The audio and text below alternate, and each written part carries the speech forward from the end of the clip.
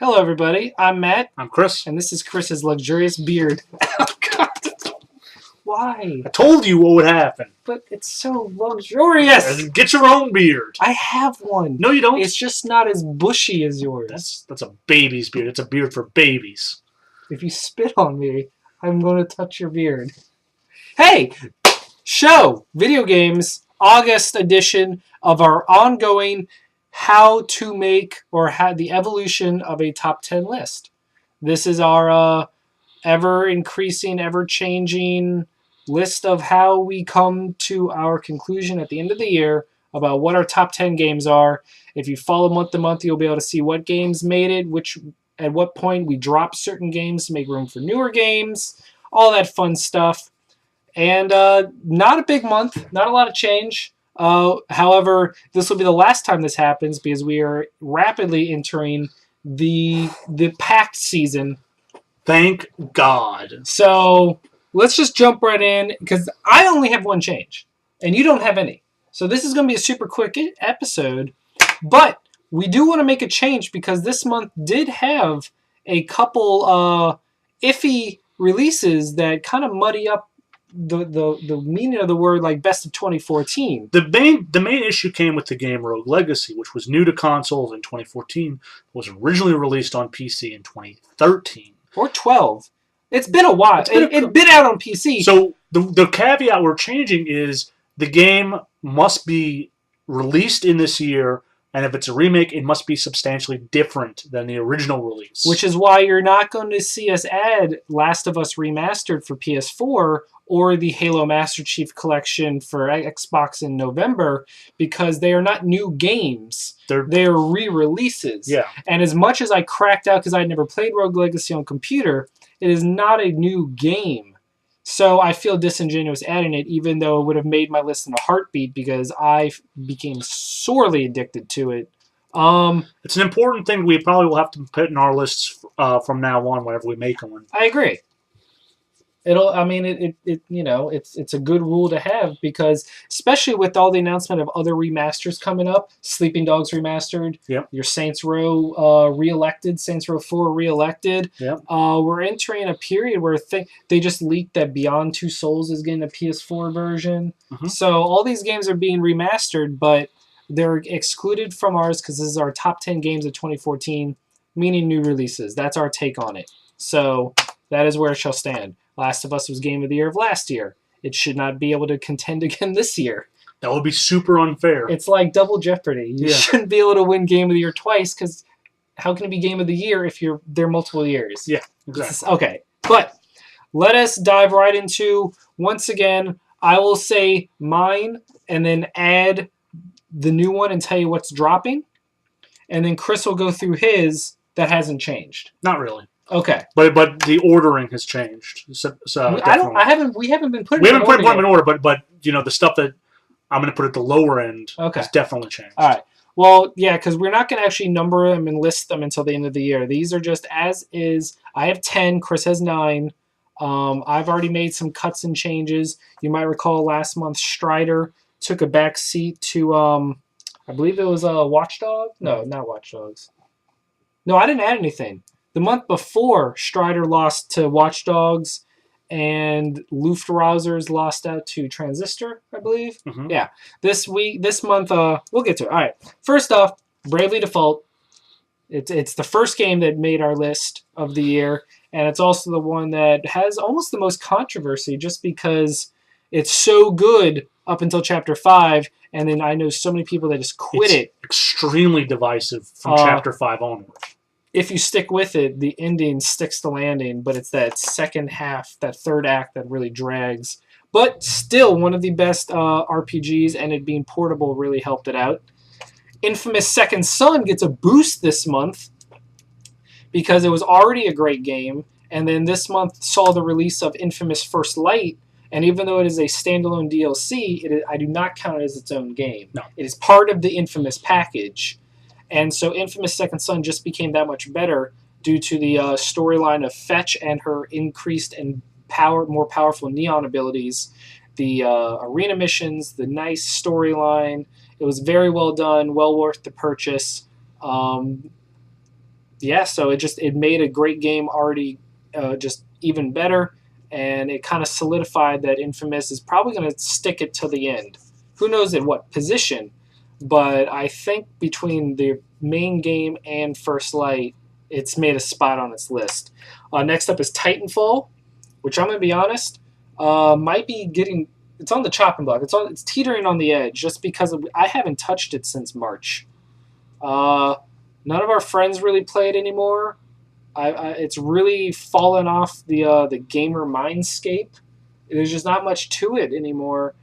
I really feel like I would have been more invested had it had a single player mode. I know I'm alone in that, but I like single player in my shooters. And having fully solely competitive as opposed to cooperative kind of doesn't do it for me. I love my cooperative shooters. So Titanfall was great, and I'm glad I played it, but I don't know if it has the legs to survive the rest of the year. Survive on your list. Exactly. Yeah. Next up, South Park Stick of Truth. Fun RPG. Best licensed game I can recall. Probably one of the best. Metal Gear Solid Ground Zeroes. Another game that I'm not sure if it'll make my list, but still great fun. Super pretty. Also controversial. Very controversial based on its length. Yeah. But it all depends on how much you like to replay stuff. Yeah, it depends. You get out what you put in. Now, and here's my cut. Kirby, Triple Deluxe 3D is off the list. Not because it was a bad game, but because there wasn't much to it. It's Kirby. You played through it, you beat it. I 100%ed it, and then it wasn't particularly challenging. It was fun. It was a Kirby game, but it didn't have the aesthetic appeal of, say, Yarn, Kirby's Yarn, Epic Yarn. And it's fun, but it doesn't have the lasting power. Followed by, and I'll tell you what is going to be replacing that at the end. Then we have Danganronpa, Trigger Happy Havoc. Ironically, the sequel just came out the day before we made this video, so who knows if the sequel will replace the original or coincide with it? Who knows? I will get back to you next month. Child of Light, the Ubisoft downloadable game. It was a delight to play, a visual treat, great soundtrack. Transistor. I can already just guarantee this is making the list. I can't picture anything dropping this off the list. Transistor was the most fun I've had on a downloadable game in ages. Everything from the aesthetic to the soundtrack to the battle system. I loved it. Finally, Watch Dogs. We've talked about this ad nauseum. It's Watch Dogs. You already know about it. You either have an opinion of you like it or you don't. Finally, the newest game is the 3DS eShop title Shovel Knight, also on the Wii U, but 3DS is it's better. It's the 8-bit throwback. It's the Expendables of 8-bit games, which is, it takes together some of the best things of 8-bit classics. DuckTales, Mega Man, Castlevania. Mario. A little bit of Mario, yeah. The game's soundtrack is amazing. The graphics are reminiscent of the best of the NES heyday. It's funny. It's got the gameplay is tight and pitch perfect, and it's everything you wanted in the game of that ilk. Definitely worth a purchase if you have any affinity with those games that it draws inspiration from. Chris? My list is unchanged because nothing came out. So, Bravely Default remains. It'll probably be in the upper tier. I'm one of the people that have a real issue with it after Chapter 5. But Chapters 1 through 4 is the best RPG I've played since Ni no Kuni. So there's that. Infamous Second Son is definitely going to be up there, getting a boost from First Light DLC, which is very pretty, and I haven't devoted nearly enough time to it yet. Titanfall is probably going to be near the middle.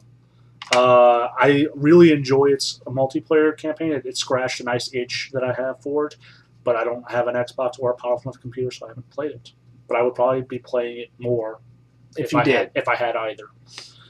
Metal Gear Solid Ground Zero, very controversial, but I like it. I think it what it offers is good for its value. With its 9 missions, its replayability, all that stuff. I think there's a lot of stuff there, and people have poo-pooed it since the beginning. Yeah. Strider, honestly, is probably going to drop down on my list. I didn't finish it, and unfortunately dropped off my list. And the problem with Strider is once you stop playing, it's hard to come back into it. You lose the rhythm, because I tried to play again this month. I was going to finish it, and I had lost everything that I had learned. So I have to start over, and I'm not real thrilled with that. Yeah. So it's probably just going to drop off completely. Banished, Banished is probably going to drop off. Probably be the first one on for you. Yeah, because Banished is a great concept, but I haven't touched it since we talked about it. There's no time. MLB, same. I mean, I play a little bit. I haven't done much with it. Mm-hmm. Watch Dogs is probably going to be middle of the pack, upper lower tier.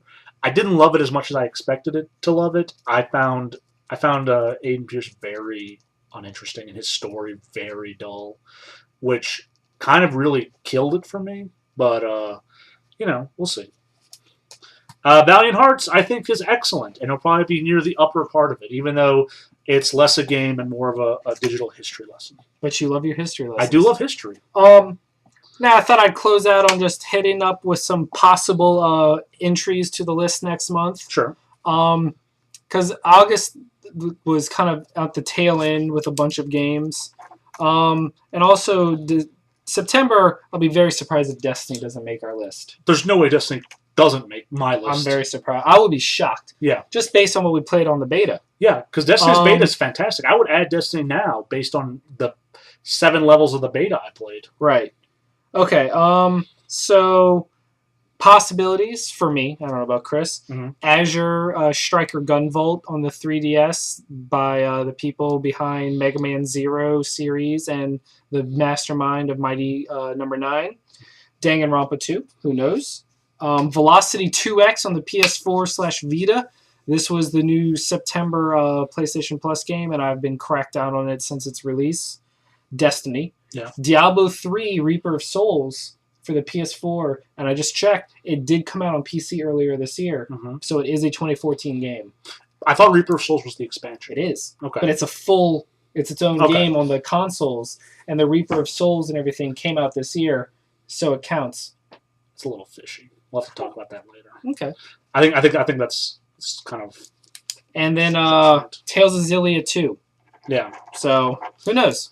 Although I think I will be picking up Diablo at some point because I've been really wanting to play it. Dude, you really should. We've been online. I've heard the PS4 version is the best version. It by far. Yeah. That's there's not even any reason not to get it on that. Nothing about that here. Okay, I'm Matt. I'm Chris. And this has been our August, end of August look at our top 10 list evolution, the organic list. Check in next month to see what gets moved aside because changes are coming. Changes are coming now. We've exited the summer doldrums and we're entering the crazy period. Destiny. Yeah, probably. All right. Far Cry. Peace out.